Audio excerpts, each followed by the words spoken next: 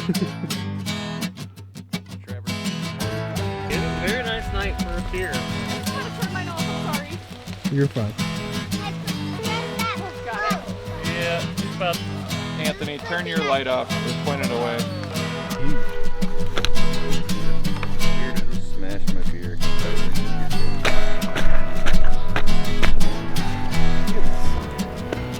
Number one hit lister for this side. 2 farms this year. Number 1 is done.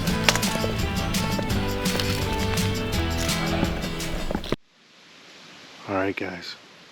Welcome to the Deer Shop Podcast, presented by Siman Brothers Outdoors and the Leaky John Boat Company. He went and watched a movie that has a $200 million production budget, and then the next thing he watched was our video on YouTube that has a $0 production budget. This is the first buck I've shot in over 10 years. Your track job was the first fun track job. That That kind of like, I think part of my life was influenced by that night. Then you miss him 3 times with a rifle at 70 yards on video for the whole world to see. Yeah, that's what killed it. 5 years ago, we couldn't shoot a deer at 100 yards with a slug gun. Now you're shooting turkeys at 100 yards with a shotgun. Joey takes The shop is closing up. Make sure he takes all his right antlers. You can't leave it. All right. Welcome to the Deer Shop Podcast. Unknown episode because this is a random filler episode that we're recording to release whenever. So we may be recording another one this week. Yeah. It's January 31st. It is cold in the shop. It is so cold in the shop. We're out of propane. Luke used all the propane butchering his deer yesterday. Yeah, butchering his buck. He used up all the propane, so we didn't have time to grab one or just didn't know and started, and then it died, and we left it. That's so it's all right. cold in here. It's not that bad. I can't feel my face because I had some dental work done today, so like, hopefully I don't slur my words and spill my non-alcoholic beer all over myself. What's up with that? Well, besides the fact that it's noon. Yeah, it's noon on a Friday. I'm for drinking one. coffee. I'm trying to lose some weight because we're going to the beach this summer and making our shark fishing film, and We don't want to look like a bunch of I tubs. was a overweight, fat white slob last time. So Same. you know, middle-aged man going through his trying to feel better about himself phase. Yeah, you'll have that. There's a lot of that going I'm sure around. there's about 400 people listening who could feel the same way. Today we're going to talk about our favorite YouTube videos. I have, it was going to be 5 and 5, but I actually have 9, I think. I have Or 8. 6. But we're going to talk about our favorite YouTube videos. You know, obviously that's something that's kind of important to us because we've been putting videos on YouTube since 2009. Mm-hmm. So we're approaching, God, what does that make this? How many years have we been doing this now? Long time. It'd be 16? Well, we were filming long before that, too. Yeah. But the channel itself is now Yeah. 16 years old. The original turkey hunt we filmed was probably 20 years ago. 6 or 7. Yeah, so almost 20 years ago. Almost 20 years. It's been a long ride. Yeah, it doesn't feel like 20 years though. But man, So hunting on YouTube probably started 2009 or 2010, I believe, is when Midwest Whitetail started. So it was all like Okay. some of those early channels started around then. like Heartland Bowhunter. They were the Yeah. ones that They weren't on YouTube though. They were only Carbon TV and stuff like that. they were on TV, Mm-hmm. like Outdoor Network, and DVDs were the thing then. Yeah, The I'm trying YouTube boom happened about 2015, 16. I'm trying to think when that happened and what channels we were watching then. THP was one of them. I think they started around 18 or 19. Bowhunting.com was an early Mm-hmm. YouTube. Bowhunter Die, all that. They were DVDs Their show was called something else back then. I think it was. Well, there was. I don't remember. Well, first it was Hunting Net. Yeah, They kind of had some YouTube videos. Yeah. Then it was bowhunting.com. Midwest Then it Whitetail was Bowhunter the Die. main one. So when it comes to the internet, Midwest Whitetail was the one that was kind of pioneering that. Bill Winke and all that. There's plenty of media talking about that. And I really didn't start watching YouTube videos till I started Western stuff, as you'll see from my list of videos. Yeah, They're yours are all Western. A lot of yours are Western based. 2 of mine actually are. It's admittedly, we don't watch as much YouTube now as people probably think we do. There was a time when we consumed everything that was on the internet, you know, when you're just younger and stay up all night watching YouTube or whatever. But so we consumed a lot more stuff in our younger years. Now I log into YouTube in the morning when I'm home and I'll just kind of scroll and see if any of the channels that I kind of care about have something new. And then rarely do I watch anything else I don't really watch the random videos. I don't really kind of try to search anything. If I see something advertised on the internet, I might go find it, but I don't watch a ton anymore. See, I watch a lot in the morning when I'm sitting having coffee. The problem is I watch it on a smart TV, and their YouTube app kind of sucks. So once you watch a video, even if you only watch 5 minutes of it and say you got to leave for work or whatever, that video is like lost. Like it doesn't pop up in your algorithm again. So even if there was a video that I liked watching, unless I go specifically search for it again, it's gone to the wayside. There's like the videos you've watched, but it's also confusing because what app is what? So what Google account is logged in here at the farm in your living room? It's mine. Okay, and that's the same one I have on my phone, but I also log onto the SBO one on my Right. phone and my computer as well. Right, and this one in here in the shop has the ability to be either the SBO one or my personal one. So my personal one has my own list of subscriptions. The SBO one has a bunch of subscriptions. But then they He make has it his kind of personal hard. one. Sometimes I like to watch it incognito, so like all the old videos and stuff will pop back up that I've seen before, so I can see them again. And it's kind of hard to navigate that as well. Another thing is, since I've had my daughter and I've started watching like Hey Bear and all that stuff, like I don't want that It screws up your my algorithm. algorithm. But on my phone, I can switch back and forth. I should use my personal one more because I listen to a lot of music on my phone while working out and stuff, and it pops music into our SBO algorithm. But So regardless, maybe there's something easy, but I would like them to add a button that you can press, maybe like a star or something, that would put the video you're watching in a list, and then you can scroll that list at another time. well, there is. So Like, there's you the can just watch click- later. So if you go on the app, But I don't know about the phone or on the TV, and that's where I watch. yeah, most if of it. you got to go up to scroll over to channel, scroll past that to add to playlist, and then there's a watch. yeah, It's so confusing. It's a whole but thing. yeah. But regardless, we don't watch as much YouTube as I said that you guys would think we probably do. Nowadays, it's just And I pretty much time is a thing on that. You know, I pretty much don't watch anything Eastern, whitetail, anything like that, unless it's one of the big names putting out a real good video, because there's so much stuff to scroll through, like smaller channels. yeah. And whitetail hunting. I always try and catch anyone that we know who puts something out. So I'll check like Wild Time TV. I'll check Born Again. I'll check Aaron Olson's Next Step Outdoors. I'll check some of the younger kids that all have YouTube channels. I'll just check them just to give them view and see what they're up to. Yeah, but that's all the stuff that we're doing, so it's kind of hard to want to sit there all day and watch it. Right. Like you don't go watch a movie about some guy's normal life. Right, We're not right. going to go watch a hunting channel about the same thing we do. So I kind of watch all this Western stuff because that's the stuff that I kind of dream about doing one day. Yeah, there's definitely going to be a theme you guys are going to see with my videos, too, that I pick. But we went through, we were going to pick our 5 favorite YouTube videos, go back and forth. I have written down what the actual real title is, and then the thumbnail is always kind of something different, if you've noticed. So Algorithm, Google, SEO yeah. So stuff. I guess I'll let Isaac go first. You'll have your first. This will be the first video that Isaac recommends to watch on YouTube, or one of his favorites. This video I watched, I think, earlier this year, maybe last year, like this hunting season, and it's the Hunting Fool page. So it's made by a big company. Hunting Fool is a big, like, I think they're kind of like Go Hunt. Like you put in all your draw odds, and like they have articles. It's basically like an online magazine. Okay. Hunting Fool. I'm not exactly familiar with them, but It's an online magazine, and they have like an app and stuff. But anyways, they have a moose hunt. It's called Lake Monsters. It's actually a 2-part YouTube video. Moose hunt, rifle hunt, big company. Probably an expensive hunt that we're never going to do. But just the way that this video and hunt is put together, they share an awesome backstory. The one guy hunting is missing an eye, and he's hunting with his brother, and like they tell the backstory of how he got his eye shot out by his brother when they were kids and stuff. So they have all the right things in this video. They have the good backstory. They have the good camera work, which is important to me more than it is to Caleb, I think.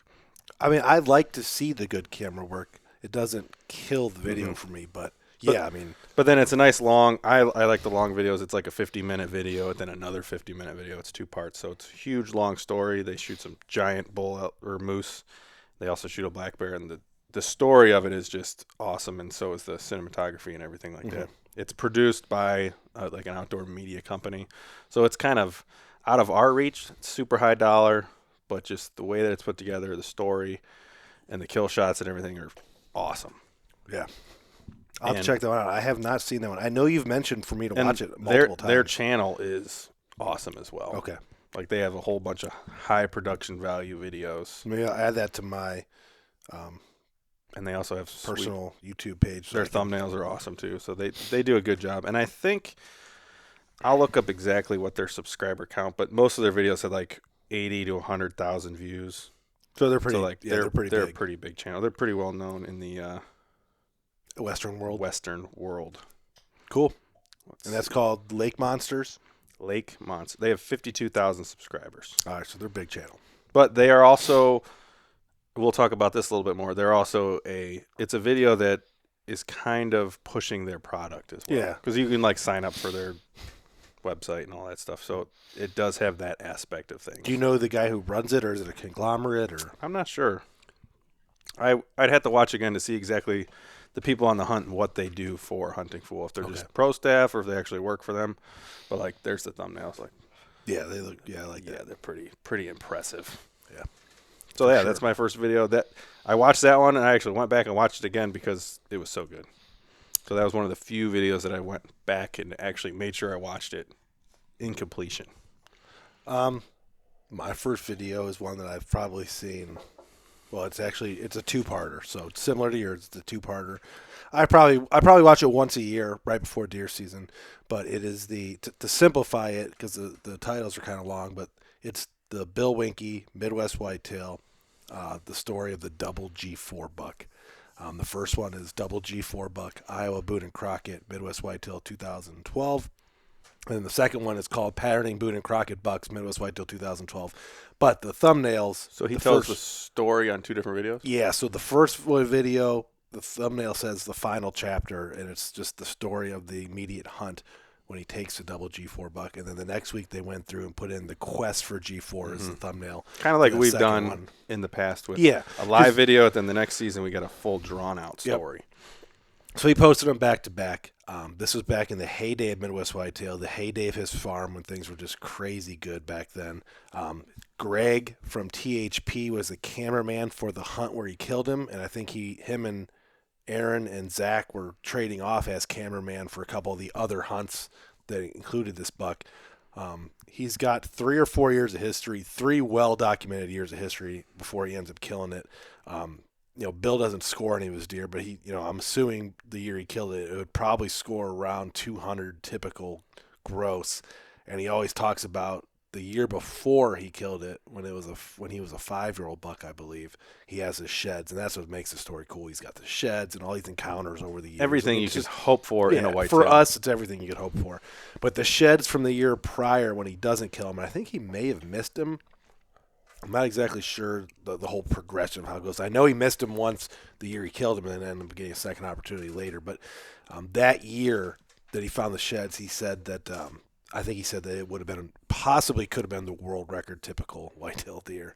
And I think that year he ended up killing the double G5 buck, so he kind of used his archery tag on a 190-inch. And it's more so than one video. It's kind of like that 2 years. Yeah, because there was a couple different bucks in the 170 plus category that he had on his farm at the same time. And the one video, he sees both of them or shoots one, and then the other one comes in. They fight. So you have to watch that whole story.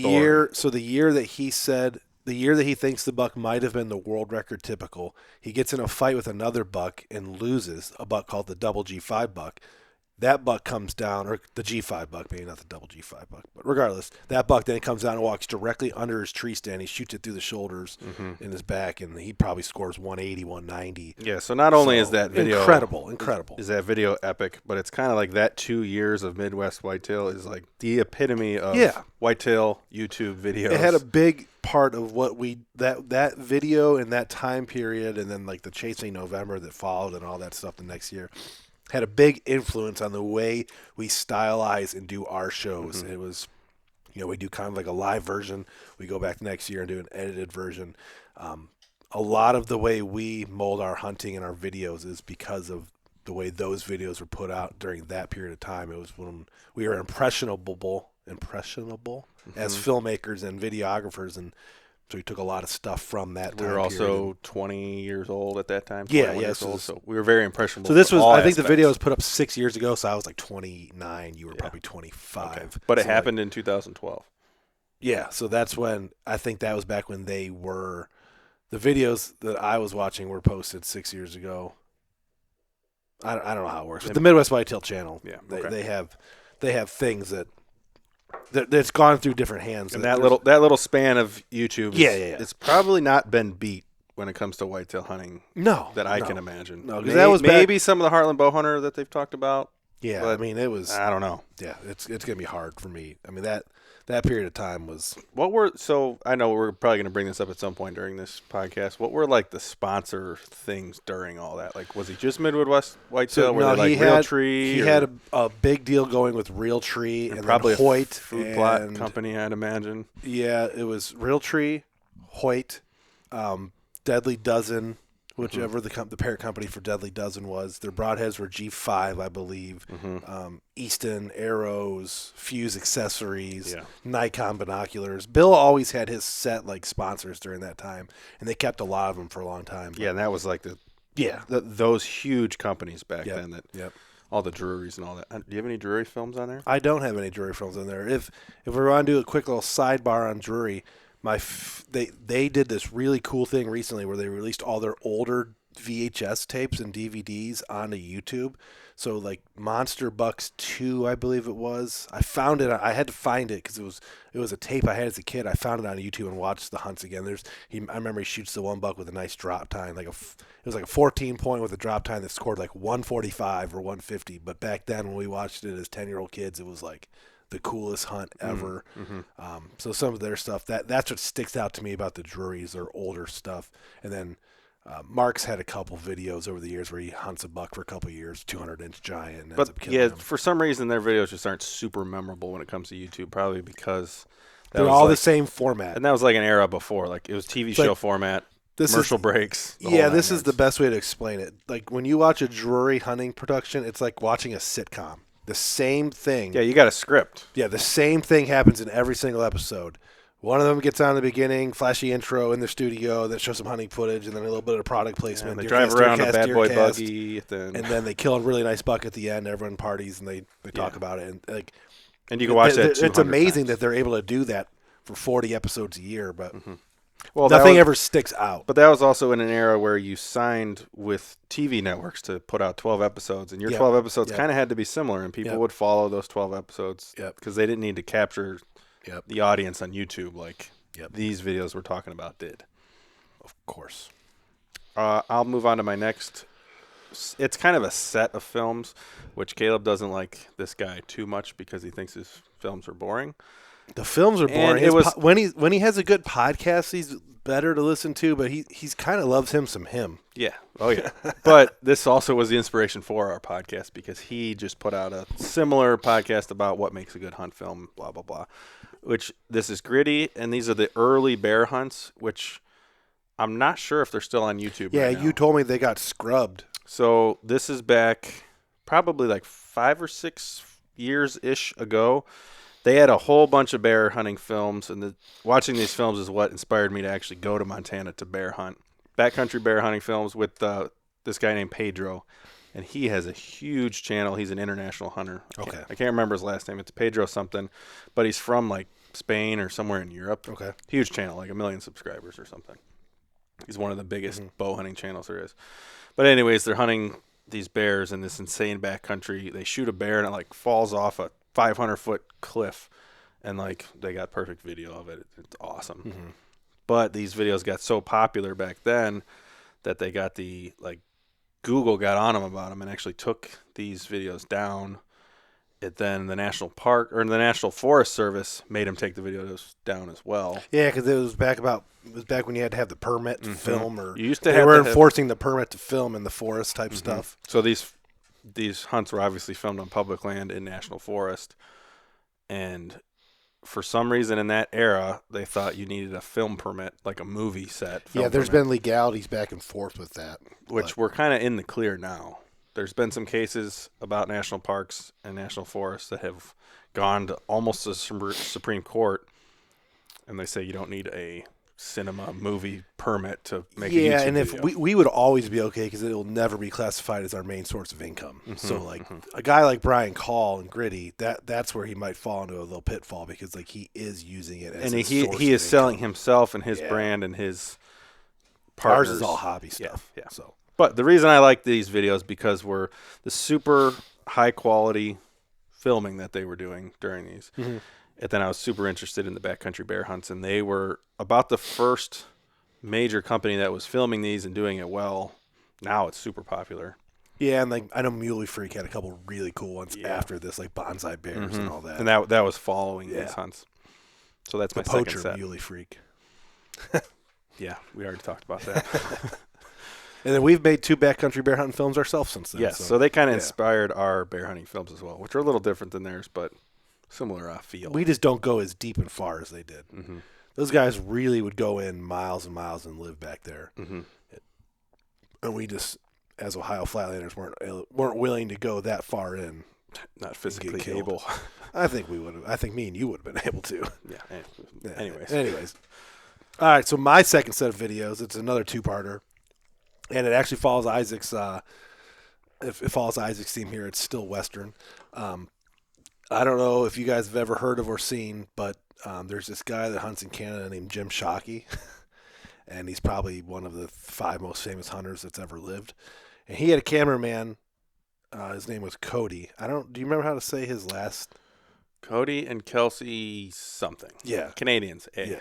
So Cody has his own channel that he broke off from Jim Shockey. Maybe it was a while ago. I think it's almost bigger than Bill's, or it's probably his channel is probably bigger than Bill's, excuse me. Cody's channel when he broke off of Jim Shockey is actually probably bigger now than Jim Shockey's channel. But Jim pioneered like Live DVDs. To Hunt. Live to Hunt with Cody and Kelsey. Right. That's their channel. So Bill was, or I keep saying Bill, Jim was pioneering DVDs and hunting TV. He had Uncharted. He had all these crazy hunting shows on the TV that were awesome back in those years. Cody took a jump on the digital side of things and created his YouTube channel, and he guides for mule deers. And he has just they have they have mule deers, whitetail, elk, moose on their channel. Like, it's incredible what's on their channel. I think they just have an incredible property in Alberta. Yeah, they're in Canada as well. So they're somewhere up in Alberta flat. They're in the flatlands near mountains, so winter range and summer. I guess it's just cropland. So they get all these western species in flatland, which is insane. They get moose, elk, huge mule deer, all in flatland. Yeah, and the two videos of his that I'm highlighting here are, one is world class 266-inch mule deer 4-year bow hunting quest, the Sleepy Story. So it's the thumbnail would be the Sleepy Story, and the other one is world record unbelievable 294-inch archery mule deer, the King and I, and the thumbnail for that one says the King and I. One's a 266-inch mule deer that has 4 years of history with a crazy, non-typical, just amazing footage and sheds, and watching a 250-plus inch deer, feeding and living, and the conditions they're hunting him in. It was incredible. And then he followed it up with the 294-inch King and I. That buck, if he would have stripped the velvet off of that buck, it possibly would have been at the time the world record archery mule deer, non-typical, but he elected not to strip the velvet off and leave it as is, so it won't qualify for the Boone and Crockett all time. But that's just two. If you want to see giant upon giant, next level, biggest deer in the world footage, those are the 2 videos you want to watch. So the King and I, that's a new video. Yeah, that's 1 month ago. I've never seen that one. Well, I saw it. So once again, YouTube is confusing. We talked earlier about how Midwest Whitetail Bill's bucks were 2012, but I watched videos that were only 6 years old. The King and I, that story had been on there before somewhere, and I don't know if with marketing deals, TV deals, if they had to take stuff off, put it back on, resubmit it. So sometimes I watch these videos that are new that I've seen before. Yeah, it says watch brand new episodes on the Outdoor Channel and Sportsman's Channel. Right, so they are still they're still doing the TV. So he might have even So it gets a little bit confusing, but if you search those 2 videos, the Sleepy Story and the King and I, which Cody and Kelsey Live to Hunt. The King and I was posted 1 month ago, has a pretty cool thumbnail, 86,000 views. And then that 266-inch one, the second one the first one you were talking about, that was from 2 years ago, and that has a 1.6 million views. Yeah, 2-hour video, 1.6 million. It's incredible. Views. Yeah, just incredible. Which I've seen that one a couple times. Yeah, incredible giant mule deer footage. Some of the best mule deer hunting you'll ever see is those 2 videos. All right, back to you. My next video is called. These videos that I'm saying aren't really in order. These are just kind of the order that I wrote them. This one was called By Blood, and it's a Wyoming elk hunting video, and it's a go hunt. It's like a go hunt film. So I like the go hunt films just because they are so well done. But not Masioko. No, thank God. So this is Go Hunt. It's a Western video. It's one of the former Go Hunt guys. I'm not sure he works there anymore, but it was him and his brother hunting in Wyoming. There's awesome footage, awesome cinematography. They end up killing an elk, and it's just pretty much all you could want in a elk hunting film. Mm-hmm. And these guys are from the East Coast, so it's kind of like us, and they travel, shoot an elk in Wyoming. It's pretty cool. I'm gonna throw in an elk hunting jab or an elk hunting side note right there. I guess I forgot about it until you brought this up, but I would say my favorite elk hunt is Aaron Warbritton's, when he goes with the guys from Born and Raised Outdoors, and he endos that elk. Texas heart shots it basically. Mm-hmm. But reverse Texas heart shot. He endos it. He goes straight in the chest, out the butt. Giant, crazy bugling. I think those are near 300-inch elk on public land. He kills it like 12 yards. Those will be my honorable mentions. Are the THP Western films. Just they're awesome. There's almost too many of them because they do like 10 episodes a year on it. Yep. But they're usually pretty good. I can't remember this year. Did they even shoot an elk? So this year, and this is a perfect time to talk about THP, because my next video is going to be a THP video to talk about. Their stuff has kind of suffered. Not necessarily quality-wise, but quantity-wise lately.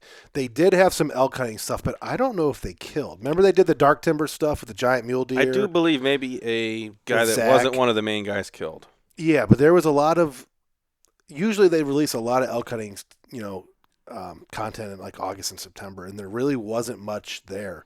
I know they promised a sturgeon spearing film last year that never got released, so I don't know – if it's just because they felt like it wasn't up to their standard, it wasn't a good enough story, they're holding it for a different time, it got passed over. Or it got flagged or something. It got flagged. I can understand how a spearing video would maybe now that they're bigger, some of their partners were like, you can't show this. But their sturgeon spearing stuff is some of my favorite. Anything to do with Jake. Jake's sturgeon spearing, Jake's family deer camp in Wisconsin, all that. Is it sturgeon or paddlefish? Sturgeon. Sturgeon. I didn't see that. Yep, lake sturgeon. And I think so. Some of this might be how hard the Western hunting is getting, and how hard it is to get tags. So you can't just go get an awesome. Yeah, Colorado screwed all these people that were doing it easy. Yeah. So, I know that obviously those guys are on the up and up when it comes to drawing tags. But yeah, their elk hunting footage, their content just didn't seem to really be there this year. You simply can't get an awesome elk tag every year. You can get some general season tags, which are going to be super hard hunts. Yeah. But getting an awesome elk tag, it may take you 10 years to draw that. So yeah, they may be suffering from that. I mean, their stuff's still pretty – I still enjoy watching their stuff, and I watch most of their stuff, but it doesn't have the same value to me as it used to. I don't get as excited to see it. There are certain things when it pops up on THP that I'm going to watch no matter what. But we'll talk. And sometimes the order gets confusing with THP. You don't know – like they're going to drop some Western stuff, but then they're going to start their deer series. Then they're going to post stuff from last year. Then they're posting stuff from this year. We could probably have an entire podcast where we talk about our THP thoughts and intricacies and trigger stuff that we're going to a random trigger from THP. We'll talk about. We'll talk about in our THP podcast. But my THP video that's included in my 5 that I'm going to talk about right now is. I think it was the second season Deer Tour episode 38. It's called Public Land Buck Right Off the Road, Aaron's Iowa Buck. To me, it's just the perfect THP video. Aaron and Ted are hunting together, probably only 100 yards off a gravel road in Iowa in some big timber. And it's a rut hunt, and a nice buck comes by cruising. Aaron kills it. All the guys show up on the road. They have a party, celebrate, dragging the deer out. They're hunting out of a tree stand. They're bow hunting. They're not doing the saddle game or spot and stalk, ruining everyone else's hunt. They were hunting old school perfectly, killed a nice buck. They all got to celebrate it and hang out in the woods with all the the original guys. It's just that to me encapsulates what is that a proper word? Encapsulates. Yeah. What THP was and what they probably should go back to, and what I enjoyed about them was that video and that. Time period where they were just guys going out in the woods hunting. In my opinion, obviously everyone's opinion is different. There's the proper way of hunting. They were hunting proper, in my opinion, back then. Tree stands, not screwing up other people's hunts, being respectful.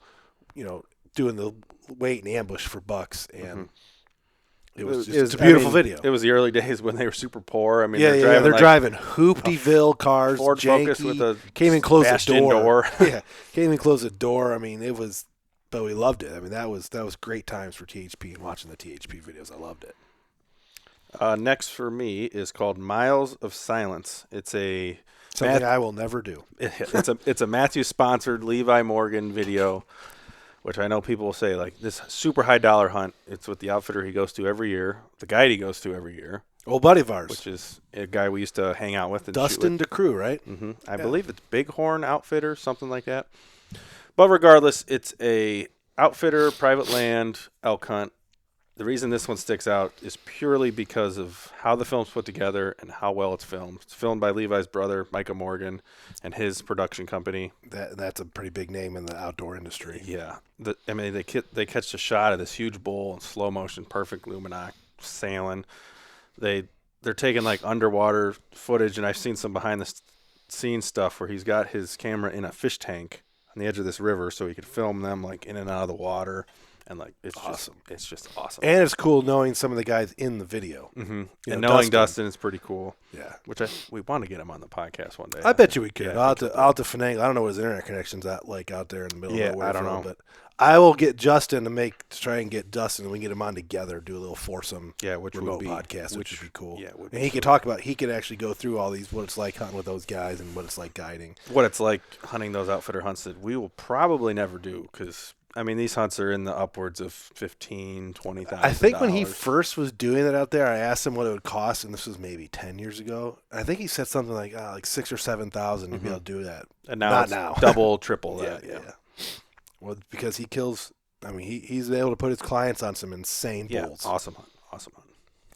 My next video is another huge name, and it's one we've already talked about a little bit. But I was kind of torn here between whether I was going to do Chris B's 25-point Kansas buck. Yeah, his giant Kansas public land buck. That video really put Chris B on the map. Yeah, so it's a perfect public land hunt. Perfect. He was a young shooter for Matthews. Basically, that's all he was. He was shooting semi-professional for Matthews. And getting some recognition, but still lower level. He goes to Kansas, hangs a set right off the road, driving like a minivan or something. Yeah.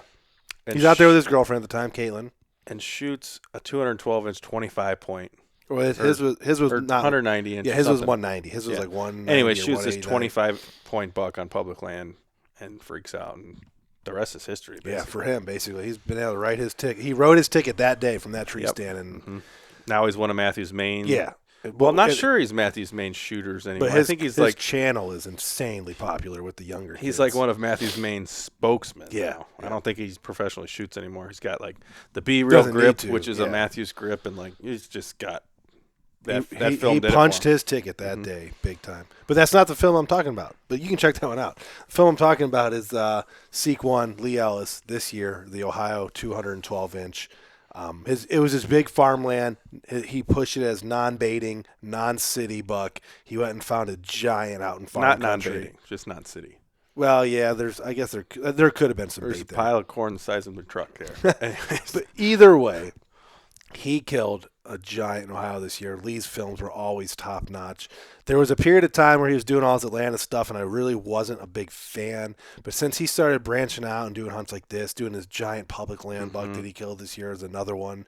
He killed that 214-inch double drop tine in Columbus. The Columbus film, I think I liked a little bit better, just because the whole story of that too, like and showing the bums and the heroin needles, the stuff we're used to. And shit, that's just crazy. But he was able to find the sheds off that buck the year before, all the velvet footage. I mean, just incredible watching this stuff unfold.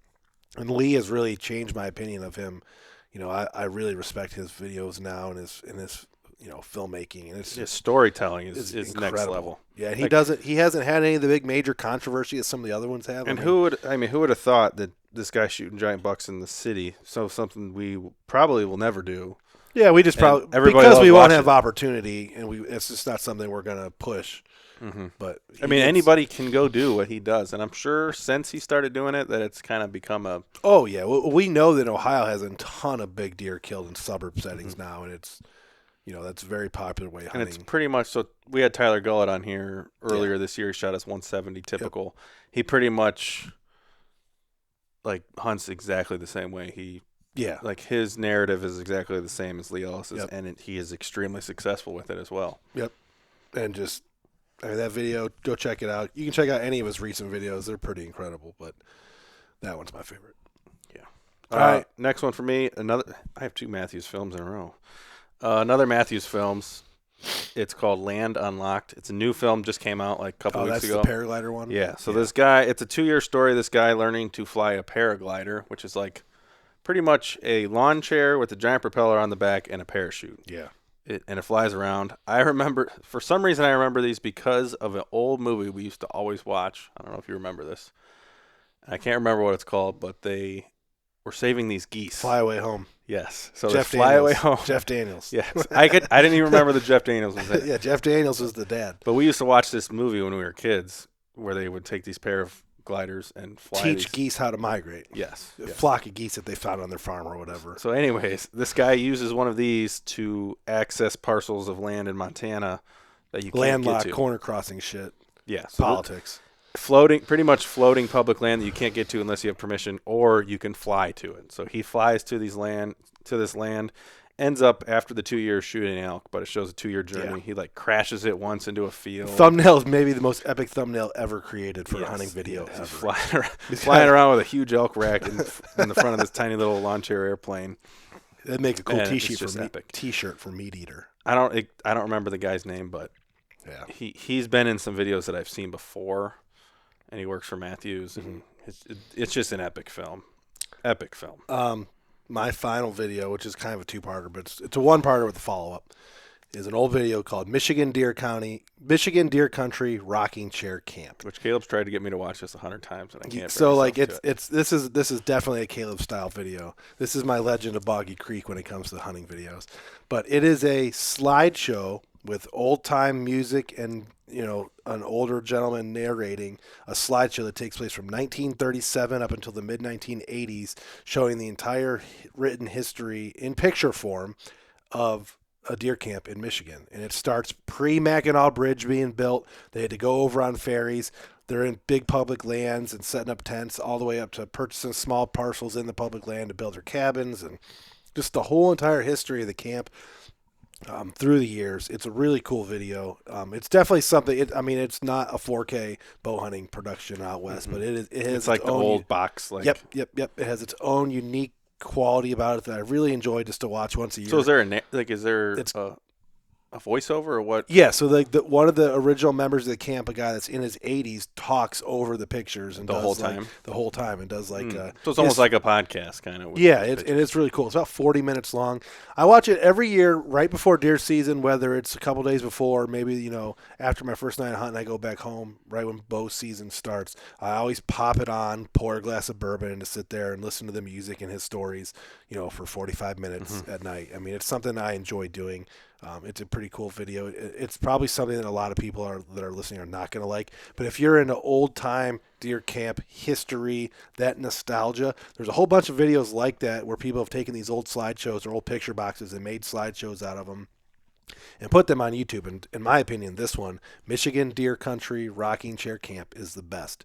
There is a channel called Discovering the UP. It's a Michigan Outdoors, I think it might be on TV, but then they put the episodes on YouTube as well. They did a follow-up where they actually went and met with the family, and I can't say the name of them. It's some Michigan, name. Uber dialect last name, so I'm not even going to try it because I'd butcher it. But they go and sit with the family and talk about the stuff that happened after the video or the slideshow ended, and they ended up having to. The camp got sold. They rebought it back. They built a secondary camp. They're still up there hunting.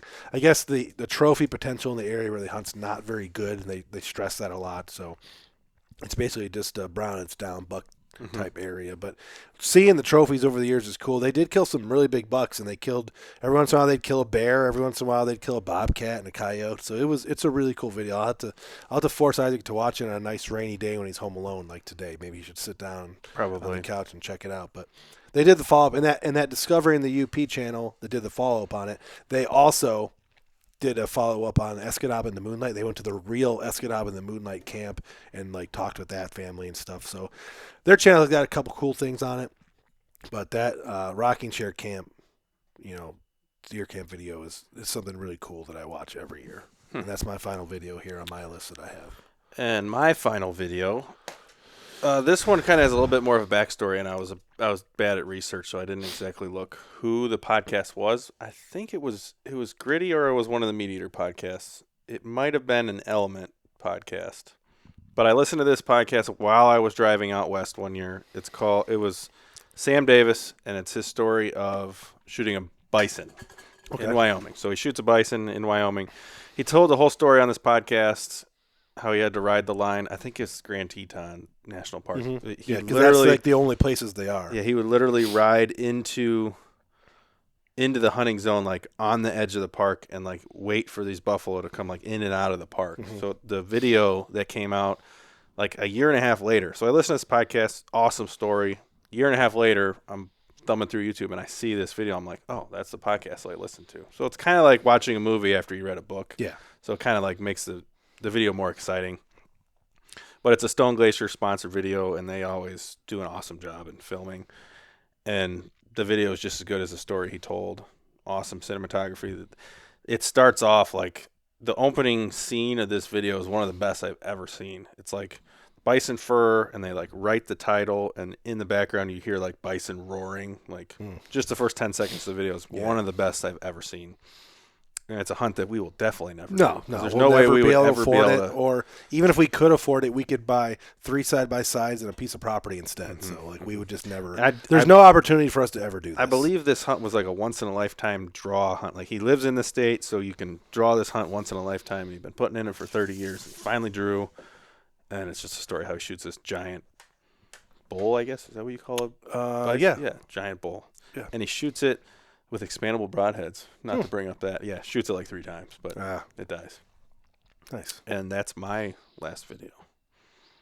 You said before we ended you wanted to talk about like how you don't like the way that the Western filming community is going because everything's becoming product and brand based and no longer people aren't just making films for the joy of making films. So it's everyone who does it is also selling a bino harness or is Meat Eater or is Stone Glacier with their backpacks. So it's hard to explain, but of these 6 videos I just mentioned, Hunting Fool is a company. Gritty, huge outdoor company. They don't really sell their own products per se, but he's selling himself to sell other products. Yeah. Celebrity status stuff. Go Hunt, which has its own controversy in the Western community because of the ease they make it for random people like me to go hunt out west. Like they make it super easy to figure out what tags you need, what land to go on, blah, blah, blah. Matthews, then Stone Glacier. So these are all big, huge companies that are making these films, and I love them because they're super high-quality films, and they do a pretty good job of not pushing their product. Like the Matthews films, they never really push their product. Obviously, they'll show the bow a lot in the video, but they don't have to. Yeah, because it's Matthews. It's like, it's not like it's it's not like it's a flashlight company where they have to show it 3 times to talk about it and blah, blah, blah. Like, it's Matthews. They can get away with just making a sweet film as long as that bow's in there somewhere. I find it odd that my list was all people that are either themselves or a group. So like Midwest Whitetail, Bill Winke, Cody and Kelsey, Lee Ellis, individuals that have many sponsors, but they themselves, they're not a brand or a sponsor. They have, well, I guess Midwest Whitetail is a brand, but that Bill started. But all mine were based on guys going out there and just their stories, and like yours are all big companies doing it, which is kind of a stark contrast. And besides my rocking chair camp on, which is a very small YouTube channel. But. And there is a bunch of self-made companies out there like Hush, like Born and Raised, but they've become so huge. Hush is Eric Chesser. Yeah, he's one of the Hush guys. Yeah, they've become so huge. I heard Born and Raised is folding. No, Born and Raised split up. Okay. So a couple of the guys went one way, a couple of guys went another way. I watched a Born and Raised video. They're wearing Sitka. I'm like, what the hell? Because they've been a First Light. Yeah.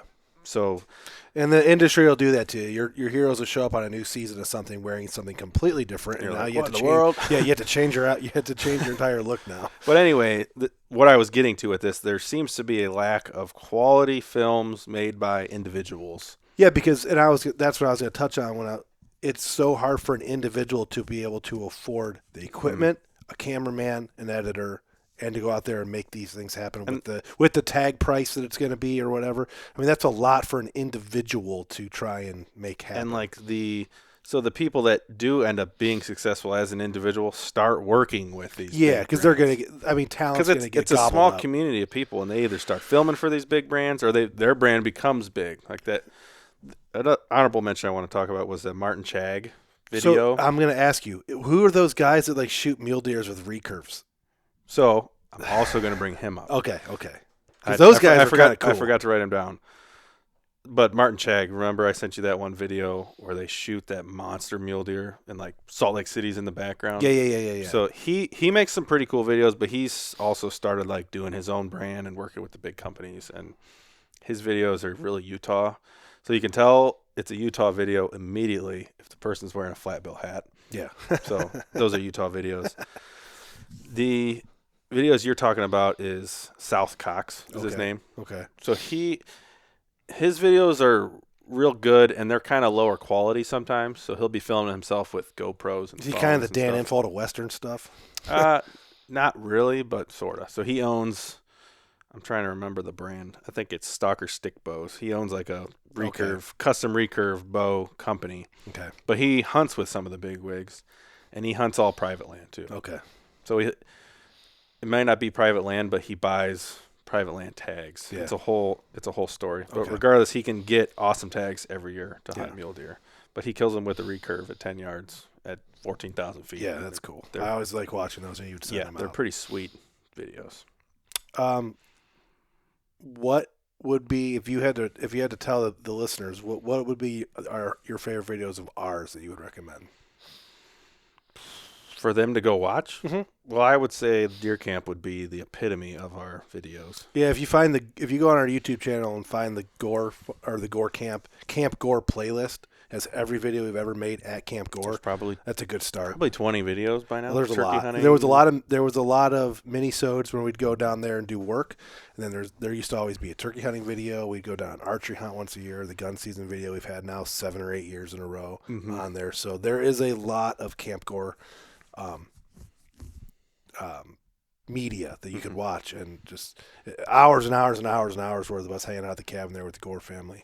Then just kind of our deer hunting stuff, like the deer stories was a pretty cool. Yeah, I think it's called like the Legendary Deer playlist, which has like deer stories and some of the highlighted episodes where he tells stories of all these bucks over the years. That's what I was going to say would be my favorite. If you want to see how we like to chase these deer year after year, find their sheds, hunt them, the whole story of all that would be found in that. The format's kind of morphed over the years. Sometimes they're an episode during the season. Sometimes they're their own video. But there's a lot of videos in that playlist that goes over the history. And I know those are the videos you like making the best. It's years of history with a buck, and then we end up killing, and you can put this video together. I like making my Western videos. Yeah, if you had to have one Western video for everyone to go watch, which one would it be? I think the original bear hunting one is the best. The Brotherhood of Backcountry Bears. Yeah, but Backcountry Bears. Backcountry Bears. I like the videos I made this past season, even though I didn't kill anything. It would be sweet if you were using the same camera and setup style when you did kill all those mule deer back in the day. Yeah. So this year, hopefully, I can redo those videos with some kills. That'd be sweet. I love filming and putting together the turkey hunting stuff we do, but no one ever watches it. Nobody watches. And I like doing the trout camp film every year, and I do enjoy doing our beach fishing trip every year. Every other year we go to the beach and make a shark fishing video, which is something completely random that you wouldn't think would be a guy in the deer shop what we'd be into. But we're doing it again this summer. We're leaving in August 16th. We'll be down there. We'll be down there for a week with a bunch of people. There's 26 motherfuckers in our camp or in our house. And this year, so I've been kind of getting more into the filmmaking aspect of things over the past few years since we've upgraded some cameras. And like the last couple videos that I've made, so the general season series last year, then the Pennsylvania video I made this year, I'm trying to be a little bit different, trying to film them more like a film than like a vlog style video. So we'll probably have vlog style videos for trout fishing, and then maybe have a film type video. Yeah, we've done the last year that I went to trout camp, because I didn't go last year, but the year prior that I went to trout camp, we made the trout camp movie, which was more film style. Even though it was part of our SBO Live, our final season of SBO Live, before we canned it, it was an episode in that, but it was film style. Our last beach fishing trip was the same. It was film style. So we're going to try to get into that a little bit more set up shots and fancy B-roll. We will be filming our shark fishing for sure. So there'll be a film for trout. There'll be a film for shark fishing this year, and then before we know it, Isaac's Western stuff will be here, and we'll be. Yeah, as long as I can draw my tags. When are you going to be gone with your Western stuff? If I draw the tags I want to, I'll be gone from the first week of September all the way through October. Do we have and you have one? Do you have any Western stuff to release this upcoming fall from last year? So either 1 or 2 episodes. So it's one hunt, depending on how the video falls out. Like I was talking with Luke about that, how we're going to plan. I like to plan from September 1st all the way through like November, every weekend having a Sunday night release. So we'd have to plan what we're going to do in September this year. So I have a whole bunch of video from last year of our Utah trip. Lots of mule deer, lots of elk film, a missed shot, blah, blah, blah. Yeah. So that's going to get made into 1 or 2 videos depending on how much I have. I probably have. And then we'll have in that time period, we'll also have our beach shark fishing video be ready.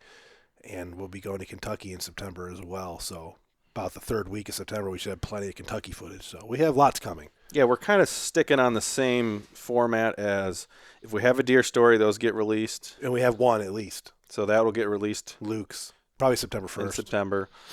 The Western stuff we have from the year prior will get released just prior to that in August, probably late August. Yeah, we could do like the last week in August, first week in September, and then have Luke's be the second. We have that time period where we'll start releasing all our new stuff because YouTube really starts to ramp up in August, September. So we'll release some velvet stuff, Western stuff, deer stories, and then we get into the live stuff right away because Ethan will be hunting in Kentucky. I'll be down and you'll there be there with him in early September, so that stuff gets put out pretty quick.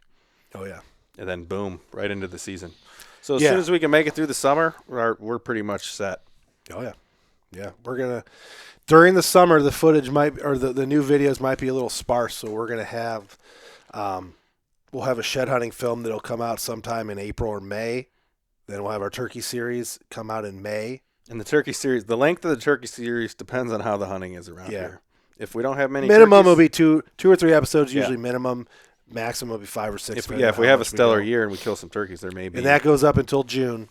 And then like the beginning of June will be the end of that story. So then June, July, and August will be pretty much probably only the podcast. And a little bit of food plotting, stuff like that. Yeah, I'll do the family dream farm with some food plotting, and I have some projects we're going to work on habitat-wise. But that's it. It'll be family dream farm and podcast from June until the last weekend in August, and that's when we'll start kicking stuff off. In the summer months, too, I know Ethan wants to, and it depends on his school. He wants to get into some 3D shooting, archery stuff. So we may film some videos of that. And that's a perfect time for all that. So stay tuned for it. But I hope you guys enjoyed this episode. I hope you go check out those videos. I'll have Isaac give me or send me links so that I can put all the videos he had in the description of this YouTube video. All the videos that I have will be linked in the description of this YouTube video. So if you want to watch any of the videos we talked about, they will be linked in the description. So send us any videos that you guys think that we should comment watch. on things that are your favorite. And if or you your have favorite of ours. For my request, if you have a smaller Western hunting channel,